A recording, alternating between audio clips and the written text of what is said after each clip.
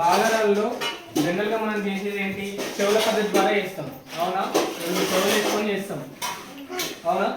కానీ ఇలా చేయడంలో చాలా మటుకు కన్ఫ్యూజ్ అవుతాం కాబట్టి ఒక చిన్న లాజిక్ ప్రకారం భాగాలు అనేది ఎలా చేయాలో ట్రై చేద్దాం. ఓకేనా? Let's see. ఓకే, ఇక్కడ 936 డివైడెడ్ బై విచ్ నెంబర్? 4 తో ఉంది. మరి 4 తో ఉంది కాబట్టి మనం జనరల్గా ఇట్లా చేస్తే ఏమొస్తుందిరా? 936 డివైడెడ్ 4 కాబట్టి 9 2s 8, 1 డౌన్ చేసుకుంటాం కాబట్టి 3, 4 3s 12, 1 మిగిలింది, 6 డౌన్ చేసుకుంటే 16, 4 4s 16, రిమైండర్ ఇస్ 0 అంటే 234 వస్తుంది. మరి అయితే నేను చెప్పే లాజిక్ ప్రకారం కూడా అదే ఆన్సర్ వస్తుందా రాదా అనేది చూడండి. ఈ రెండిట్లలో ఈజీగా మీకు ఏది ఉందనేది కూడా చెప్పండి.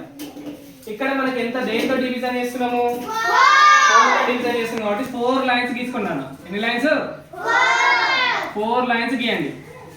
1 2 3 4 లైన్స్ కదా. సో ఫస్ట్ నంబర్ ఏముంది ఇక్కడ? 9 ఉంది కాబట్టి 9 చుక్కలు పెట్టుకోండి అన్ని లైన్స్ కి వచ్చేటట్టు. 1 2 3 4 5 6 7 8 9. అయితే ఇక్కడ అన్ని లైన్లలో చుక్కలు వస్తే దాని ఒక గీత గీయండి. ఇక్కడ కూడా గీతలు వచ్చేసినాయి. అంటే ఎన్ని గీతలు వచ్చాయి? 2. కానీ ఇక్కడ మనకి ఇంకెన్ని చుక్కలు మిగిలినాయి?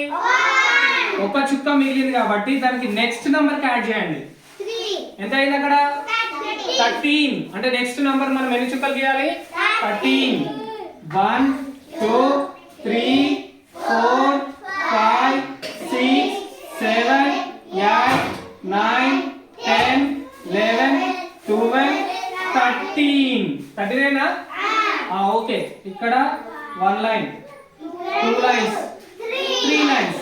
అంటే ఇక్కడ ఆన్సర్ ఏమొస్తుంది? 3. కానీ మనకు మళ్ళీ ఇక్కడ కూడా ఎన్ని చుక్కలు మిగిలినాయి? 1. ఒక చుక్క మిగిలిన నెక్స్ట్ నెంబర్ పెట్టుకుంటాం. అంటే అక్కడ ఎంత అయింది? 16.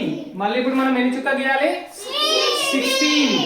1 2 3 4 5 6 7 8 9 10 11 12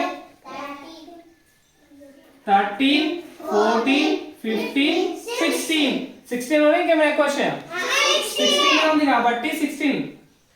1 2 3 4 అంటే 4 వచ్చింది. అంటే ఫైనల్ మనకి ఏమైనా మిగిలినా? ఇంకా మిగిలిన కాబట్టి 0. ఆన్సర్ ఏమొచ్చింది ఇక్కడ? 234. మరి రెండు సేమ్ వచ్చినాయా? ఈ రెండిట్లలో చెవుల పద్ధతి ఈజీగా ఉందా? ఈ ట్రిక్ ప్రకారం చేయడం ఈజీగా ఉందా?